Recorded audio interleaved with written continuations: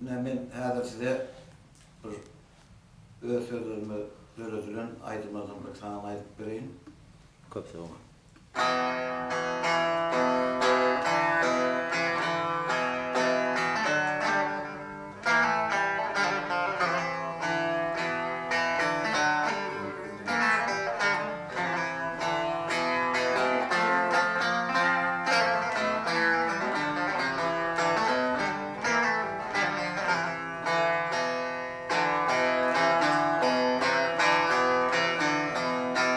Ey dostlarım, aşığım, dildara uçarım, niçin dağılır aşığım, ülkemi sorarım.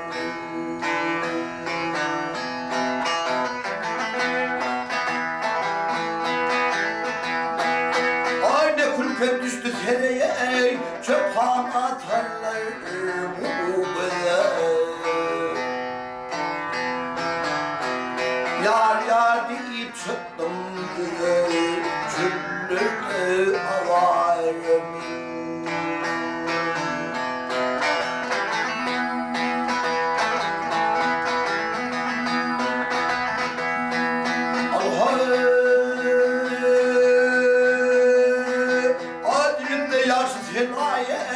Baytalar min Rabbina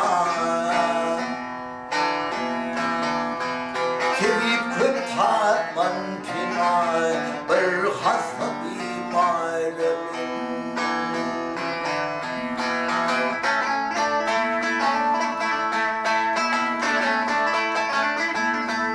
Allah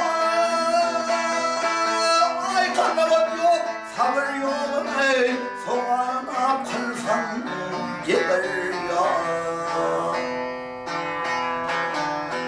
Bu deliyle kabır ya, sehir turup ağlar min.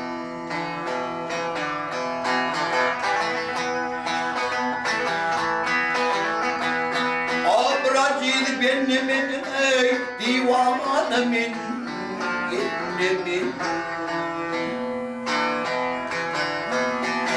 Barka tinledim, yalvarım Hudayım. Handurdi şükür kılım, ya Rabbimin bir kulum. Vaktimin sözü yalan, imansıza dönüm. Ayetimin sözü yalanın, imansıza dönür ne, sehel turup ağlar min.